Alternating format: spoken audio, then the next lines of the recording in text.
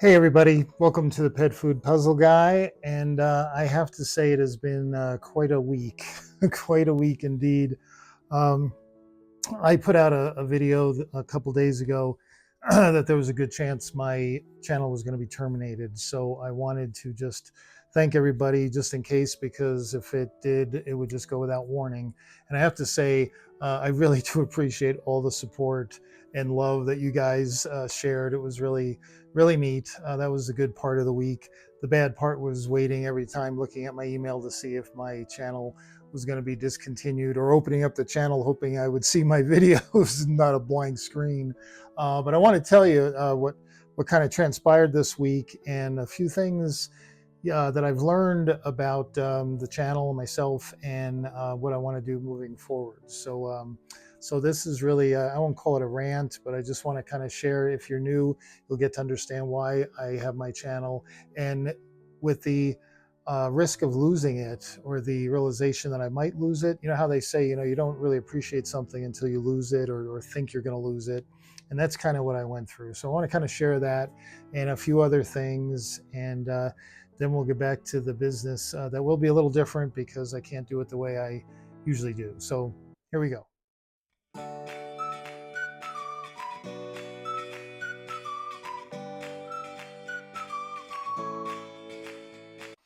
So the week started with me getting a notification from YouTube that someone had given me a copyright strike, that I had used their content illegally.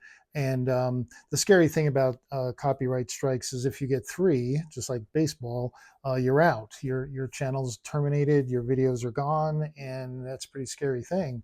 So I was kind of upset at first because I didn't think, I mean, I don't usually copyright issues are with music, and I don't use anybody's music, but I do use people's clips in the realm of education and critiquing and criticizing at times. The whole educational aspect of pet nutrition and the debate about nutrition and pet food and all that.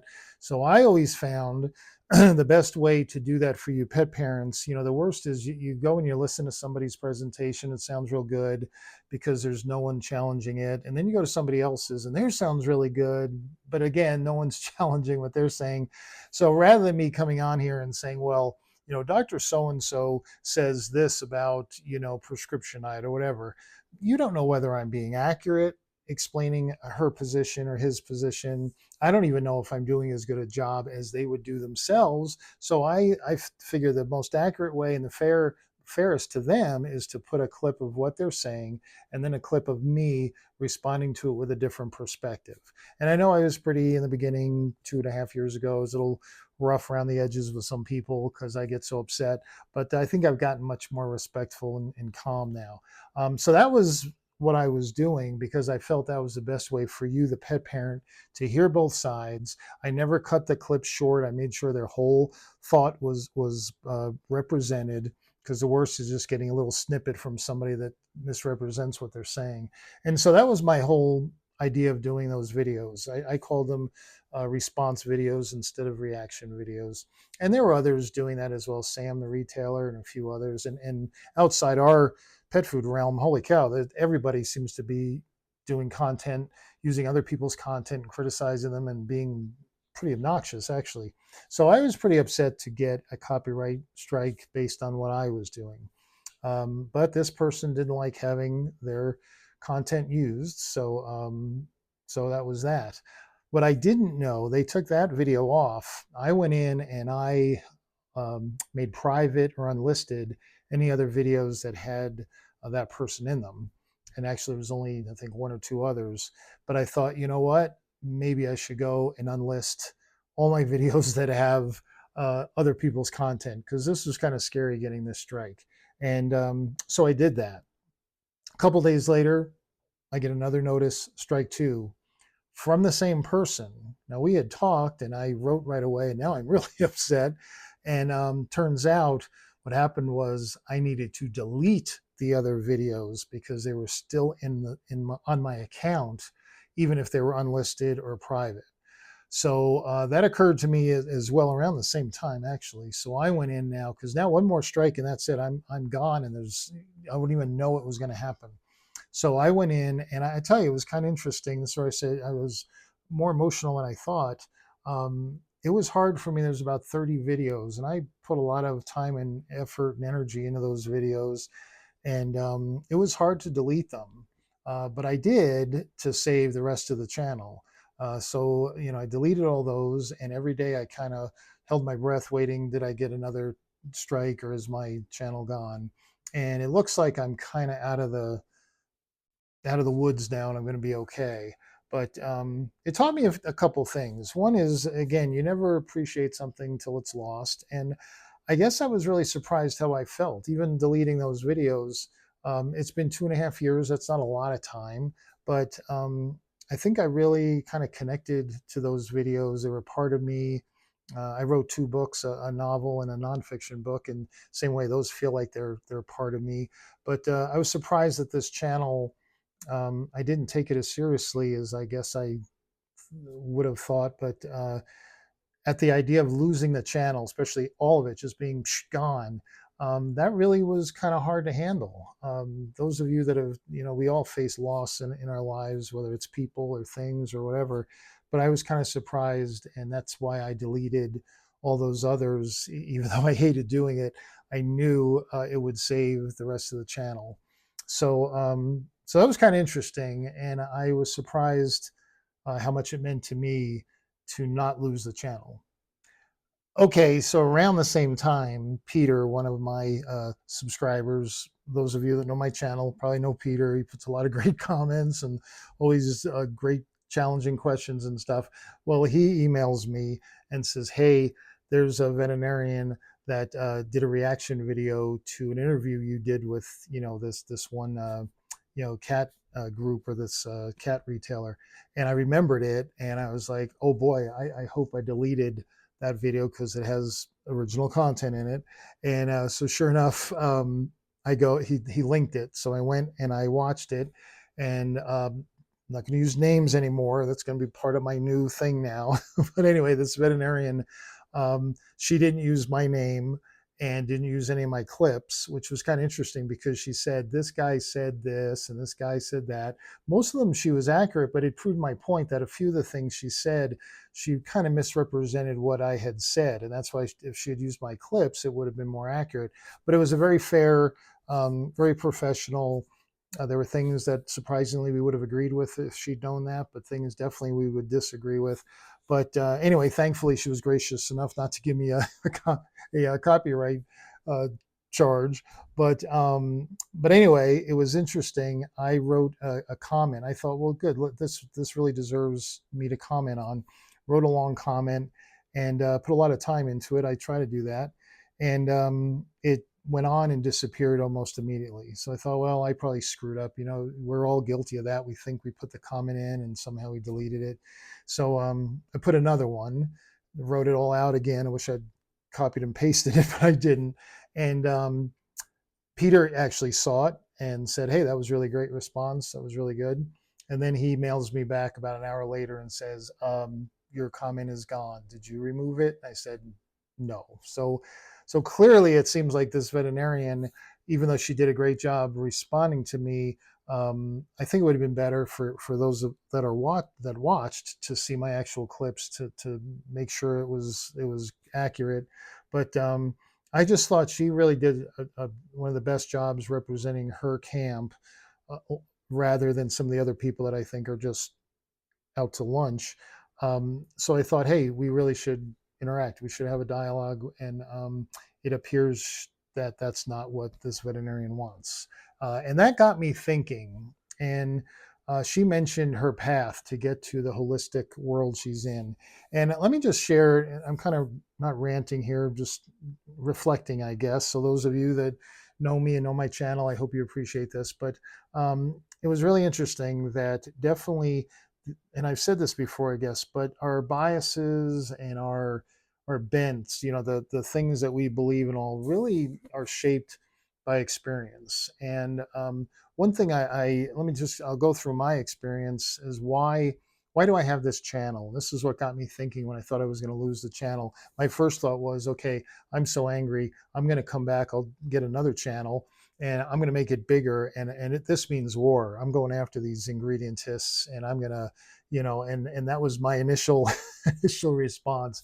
I have since calmed down and changed my mind. But um, why am I so passionate? I asked myself that. Why am I doing this channel? Why am I so passionate? I guess I've shared it in certain ways, but for those of you that are new or haven't watched my paratrooper to pet food video, it's pretty way down the list now of 100 and something videos.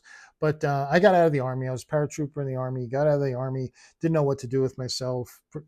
Had no real direction. And long story short, I ended up working for a pet store, became the manager because I just loved pets, especially dogs and cats, but all animals of any kind.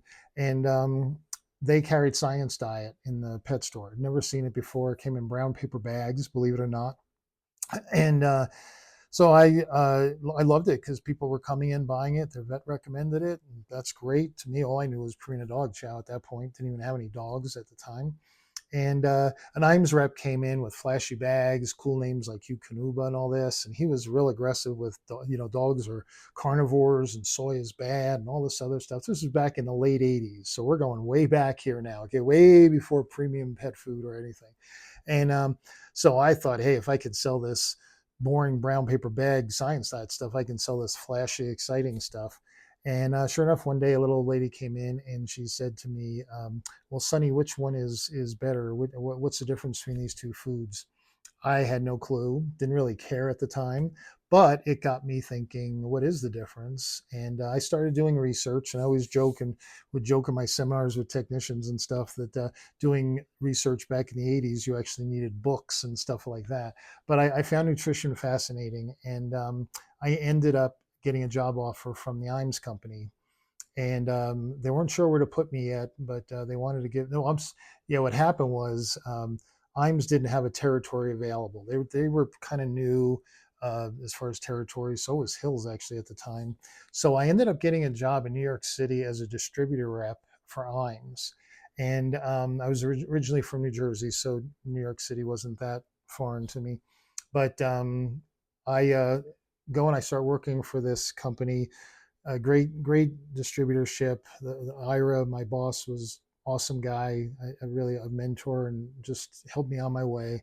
And by fate would have it, they also carried Hills, and so Hills was the boring veterinary company, and IMS was the exciting, flashy. I had T-shirts, mugs to give away, little cardboard sample things, those milk carton samples to give away of Eukanuba and all that. Went to the dog shows for IMS, and I go to the Westminster Dog Show in New York City, and I'm doing the IMS booth, and I see two veterinarians over at the Hills booth, and it's a boring brown, two-tone brown booth versus the IMS. It's all colors and balloons and stuff. And so I go over there because I'm going to scold those guys and teach them a few things about nutrition, that dogs are carnivores and soy is bad and blah, blah, blah. And I go over there, and I think we probably talked maybe 30 minutes or so. And I have to say, I put my tail between my legs and walked back to the IMS booth. And I went home that night, and I told my wife, I have got to go work for that company.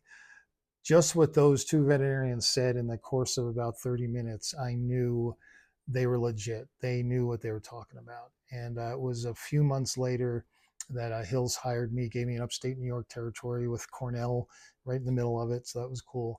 And they spent about, I think it was about 12 weeks, all week long. I would fly to the nutrition center in Topeka. I was trained by the board certified nutritionist that made those diets and did the research. Even Dr. Mark Morris Jr. Trained me on wellness diets and a few other things. And he was as brilliant as his dad, who originally started KD back in 1948. And so my job every day was to go into clinics and train veterinarians and their staff on how to use therapeutic nutrition, keep them up to date on the newest research and all this other stuff. And the best part about it, I mean, one great part was these were all animal lovers, as is the majority of them anyway. Great people to be around and work with, really compassionate. And but the best part was seeing the results of these diets, seeing KD work in cats with kidney disease living 8 9 years with renal disease, or just all kinds of conditions that there weren't as many diets back in the 80s as there are now. That's for sure. But it was exciting. I mean, I never dreaded Monday morning coming. I just loved my job, and I was always going to see. I was always going to lectures. In Kansas City, I was always there. I was, got to go to Orlando a lot. So I love it. Was for a dog lover, you could not have a better job. So when I finally retired after 34 years of doing this, so I mean, this was my life, right? And it was my passion. I get on YouTube, which I'd never used before. I was doing some plumbing job, or trying to do a plumbing job, and I thought, let me just put in pet food. And when I put it in, and what came up just shocked me. I mean, it really did. It still drives me nuts to this day. It's been 3 years now. But when I saw people, again, I'm going to stay away from names, not going to name people anymore, because obviously they can't handle that. Let me just say out there, if any influencer watches this, you have my permission. You have my permission from now forever to take any of my clips that I say on YouTube and use them and critique them. You go for it, okay? Because I want to be as transparent as possible. Everything I have to say, I want to say to the world. I want everybody to hear it. Probably if you're going to use it, it's probably because you're critiquing me about how wrong I am. That's okay. Put it out there why I'm wrong, and hopefully somebody will let me know, so maybe I can counter that. That's what pet parents need to hear. So anyway, don't want to keep going on that, but so I was just horrified to hear the horrible stuff that was said about prescription diet, especially. And the hardest part for me to watch or read were the people that were commenting on these videos. Thank you so much for all this wonderful information. I can't believe how awful veterinarians are. I can't believe they sell this garbage. Hills kills, blah blah blah, all this stuff. And especially folks that felt guilty that they had fed these prescription diets. And when I say prescription, whether it was Hills, Roaccutane, and Purina, everybody kind of lumps them together. I didn't, as a Hills rep. I compared all of them very particularly. But anyway, it was just awful to see all this. And it was my son that said, "Well, Dad, you should start a channel, and you could counter it and share all your experience." And I thought, oh, that's absurd. I don't do technology. That's not my thing. But I guess I realized that passion I had for 34 years, it doesn't stop when the paychecks stop. And so sure enough, I started it, and it again this week kind of taught me that it really is part of me now, and I really, it means a lot to me. I am a minuscule little channel compared to just about everybody out there. But the response I've gotten from so many of you, and I really want to list your names. I really do. I want to say out loud all the names of you that I always know you'll show up in a comment on a video and have something great to say, or a really great question, whatever. But I don't want to list names, because then I'm going to forget people and I'll feel bad. But I hope those of you that are out there that are my regulars, if I could call you that, it's really appreciated. It really is. And when I thought I was going to lose all that, like I said, I was like, well, I'll show them. I'm going to make another channel, just the pet food guy, maybe. And I'm going to come back, and we're going to be even bigger and with more information to help pet parents than I had with the pet food puzzle guy. But it looks like I'm going to be around. So, but again, I can't thank you enough. So my path that got me here, even to this day, started with, I think if I go back far enough, it was really when I got to Hills, being around board certified nutritionists, and seeing the nutrition center, and just getting absorbed into that, and then working in the clinics and learning what that was all about. I learned a lot about veterinary medicine just from being in clinics all the time. Not that you'd want me to spay your dog or anything like that, but I observed and learned a lot. But that is what led me on the trajectory that got me to today. And I realized, listening to the veterinarian responding to my critique, that she was very sincere, very intelligent young lady, very well spoken. I wish I could be as well spoken. But it also, if listening to her story, in vet school, she was not very impressed with nutrition. She felt she didn't get hardly any nutrition training whatsoever. And she felt she was kind of just manipulated to nutritionists basically use these diets. And I've heard that before. Dr. Becker says the same thing in her when she talks about her history. I said I wasn't going to use names, but that's okay. That's not a bad thing, right? She's just saying, and other vets, I'm sure their experience, Dr. Judy is another one. I think her experience was very negative, either at the beginning or somewhere. And you have a negative experience if you're a driven person or just a person with passion or even a person with heart. It's going to drive you in a direction. You learn from the bad things you go through, right? There are pet parents online that start whole groups because they feel a pet food company harmed their pet or killed their pet, and some did. I mean, there's tragic stories out there. That's what started them on this journey to whatever, to their blog or to their uh, channel, and it definitely led to their beliefs in holistic medicine versus, I guess we'll call it conventional because I can't think of another word. So conventional nutrition basically for some people just let them down, or it was a bad experience. They tried KD and the dog died a week later. Okay, that kind of thing. It's interesting with me. It was a positive experience of working for Hills and being in that environment, which did change with the internet and Zoom and all that. It wasn't as close knit to get into Topeka and actually sit down with these nutritionists and all. I really had it. I was really blessed with what I got because the age, the time I lived in, lived through it.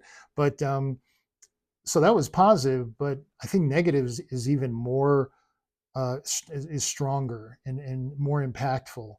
And I've heard this from almost every holistic vet that when they start talking about how they got to where they're at, their journey or their path, whatever you want to call it, it's because of a negative experience that got them there.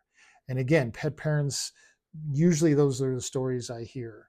There's a lady out there, her dog tragically died with the 2019 vitamin D recall with Hills, and man, she is a warrior against Hills, Purina, Royal Canin. I mean, so far out there, so far gone. Why? All motivated at a heart level because of what Hills did to her dog. And that's understandable. I think we could all understand. And so what I got out of this week when I realized how emotional I was over thinking I was losing my channel, it's because of the content of the channel and because of the people I've interacted with that I thought, a real sense of loss. And I thought, that's I think what motivates the holistic people. And this one veterinarian, again, I'm not going to name her name, but I think she is smart enough and well spoken enough that she should call herself an integrated veterinarian rather than a holistic veterinarian, because holistic vets, to most of us and most of the veterinarians that I knew, okay, conventional vets, they're quacks. They're so far out there. The stuff they say is so ridiculous that they pretty much dismiss everything they say. And that's a mistake, because an integrated veterinarian like the one that made this video, she brought up some really interesting stuff, and really, it was really like, wow, this is a vet needs, we need to keep learning. There's new discoveries, there's new alternatives. Some of them are natural alternatives. Let's not limit ourselves. But I explained to her that when people in her camp are saying prescription diets are garbage. Uh, Prescription diet, or all kibble, including prescription diet, is just garbage. It's McDonald's. You're feeding junk food, fast food. And then veterinarians, they're just manipulated because they didn't learn anything in vet school about nutrition. They just listened to, the marketing from the big three. So they're just too dumb to know they're selling garbage. That doesn't play well with veterinarians. Okay, if you're a veterinarian, you don't want somebody out there on social media, and they all do it, and they all do, they give lip service that, oh, talk to your vet, and we respect vets, we're not trying to, what, I'm sorry, it doesn't come across that way, because I read the comments of the people that support the holistic vets, and it's all, oh, those, how can a veterinarian sleep at night? The whole vet industry is nothing but corrupt, blah, blah, blah, on and on and on. Hills, kills, all this other stuff. So that's the product of whatever it is these holistic people are putting out there, or veterinarians, I should say. That's the final result. You're getting people that are not trusting their veterinarian. They're definitely not trusting the big three. So their pets lose out on some of the best diets out there to manage different diseases, all because of social media and these so-called holistic veterinarians. So I really think, and this was what really got to me at the end. She said, we need to combine Eastern and Western medicine. Hey, amen. That would be awesome. But that's not what these folks do. They still demonize, oh, there's no medication in that prescription diet. It's just a, it's just a trick to sell it. And, the vets are in on it and the vets get kickbacks, all this other stuff. They don't say it, but their followers say it. So again, it's just this bad situation. And I know I'm very protective of veterinarians after 34 years of working with them. And I've sat with them when they've lost patients, when they had a new litter of pups. I was with a vet that she did CPR on a dog that had come in and brought the dog back. It was the first time in her life she'd ever done that. Everybody was so thrilled. And about 10, 15 minutes later, they lost the dog again for good. And she was just devastated. And an older doctor said, yeah, that's very common, So um, I've seen all the euthanasias, all that kind of stuff. They go through so much, and now we're in an age of social media where they have to put up with, well, the kid down at PetSmart told me something different, or I've got online, I did some research and I found blah, blah, blah. It's really hard for veterinarians now that they really, if you trust your vet, you're doing great. And if you don't like your vet, go get another one. But don't go to social media to get your information, and especially don't go to social media to get your nutritional information, because 9 times out of 10 you're going to get bad information. So veterinarians they're people just like the rest of us, right? You reject something over here, that means you've got to accept something else, right? Something has to fill what you just rejected. And for veterinarians, unfortunately, when they rejected conventional nutrition, pet food marketing was blossoming at the time. And guess what? You started adopting some of that marketing. Species appropriate. Species appropriate is not something you're going to hear from a board certified nutritionist. You're going to hear it from a holistic veterinarian. Where did they get it? From the pet food manufacturers that are trying to peddle that idea. Meat first. You'll even have veterinarians saying meat should be the first ingredient, while everybody in the industry, and I hope most of those of you in the nutrition mission know, well, that's just a marketing trick. It's all water weight, gets it to the front of the ingredient panel. You don't know anything about the quality of that meat, right? Unless you look at what the nutrients. But here's a holistic veterinarian saying, look for meat as the first ingredient.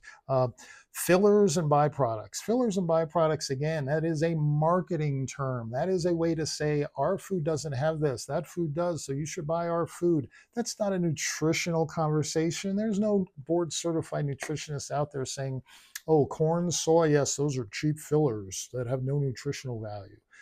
No, they're not. Meat meals. Oh, meat meal that's not even meat. Yeah, it is. And I can have a higher quality meat meal, which is dried into a powder that could be pure protein with less harmful minerals that I have to worry about in the diet, versus the so called fresh meat over here that could be dead, diseased, dying, and disabled. Oh, but it's fresh meat.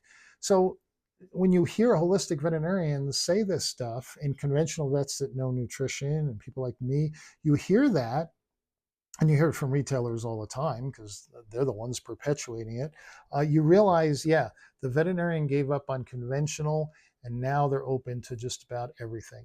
And it's really a shame, because this one veterinarian that I listened to, it sounded like she does some really amazing work with supplements and other things. So she got mad because in my video I said, well, all these people that are telling you don't listen to your vet, they're all trying to sell you something. And she says, okay, yeah, we're selling supplements, but that's what we have to do. And I would tell her in a conversation, well, I obviously have no problem with anybody selling supplements and services and all that kind of stuff. Everybody's got to make a living. I'm fine with that.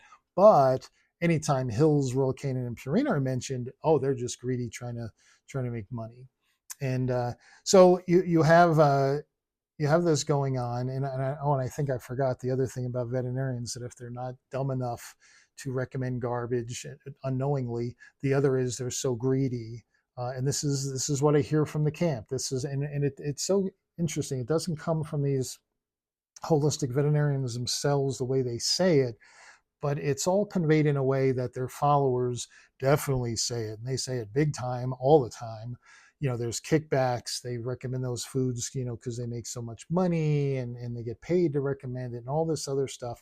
Which it is amazing with all the veterinarians in the world, even or in our country. There's probably over 30,000 clinics in America.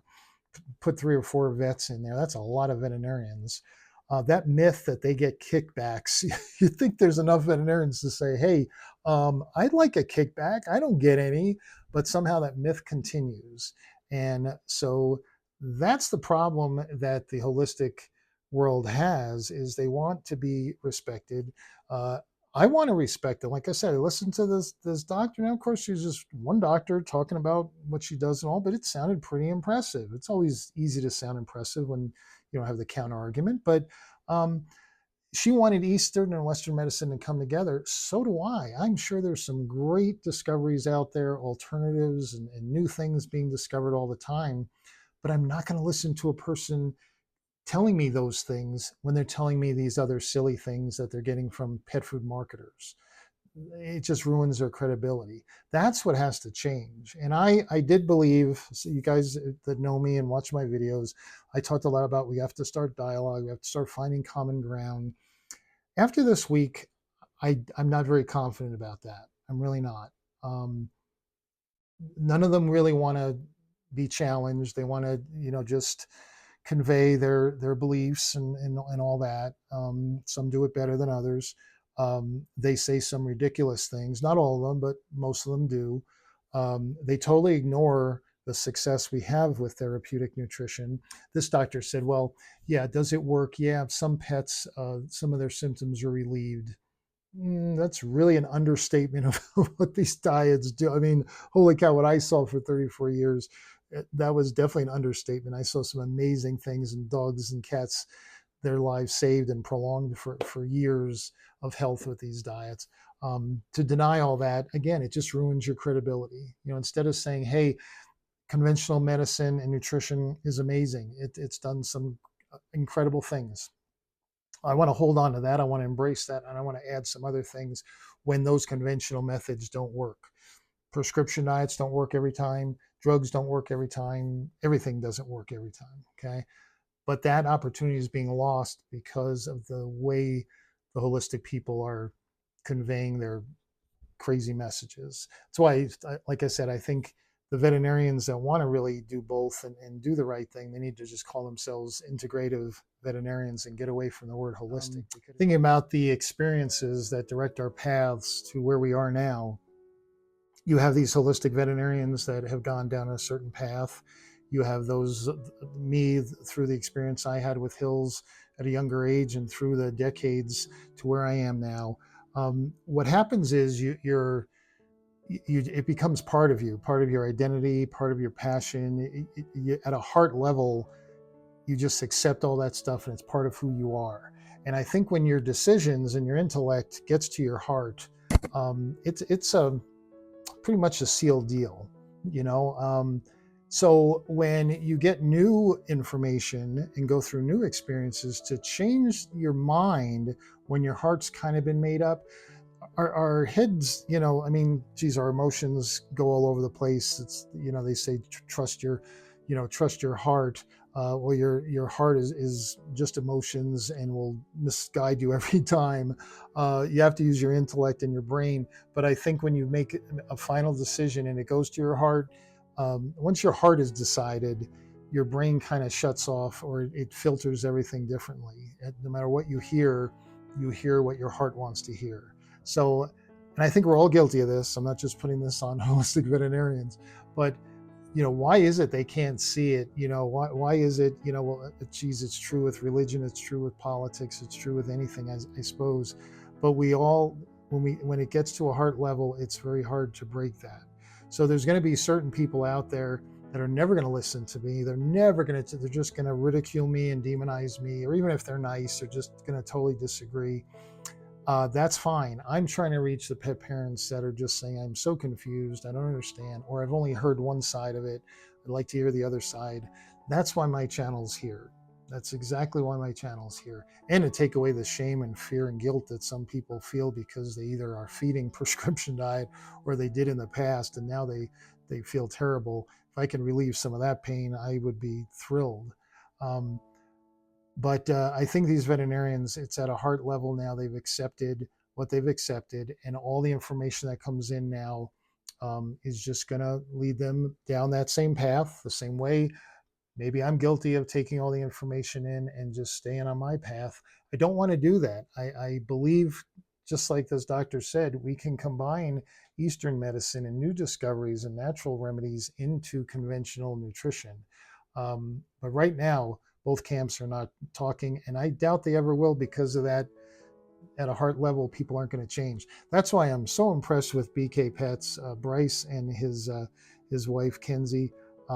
For them to at a they were in it. They were in it 100% at a heart level, and they started looking at the evidence. And I said this months ago. I said if that kid keeps asking the questions he's asking, he's going to come around.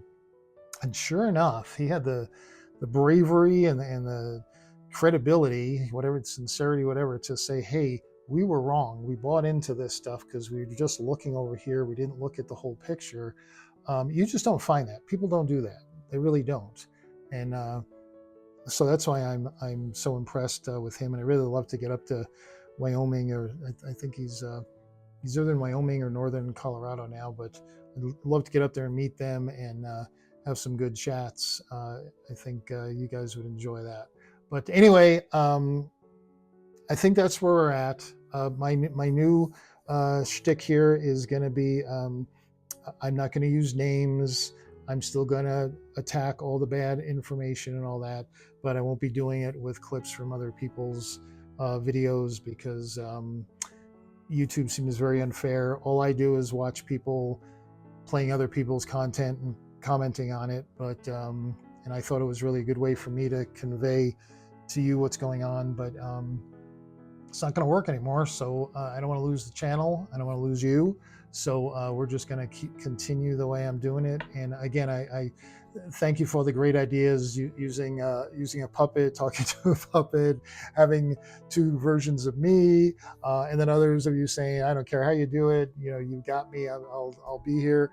It was really, really cool. So it was a terrible week in some ways, and it was a really wonderful week in other ways. So if you're still watching this, which is always the minority that watches a whole video, but I know who you are watching the whole thing. You are very appreciated out here, and I will do my best to keep bringing good information that makes you happier and your pets healthier, and we'll do it without breaking any copyright laws. All right, so you all take care.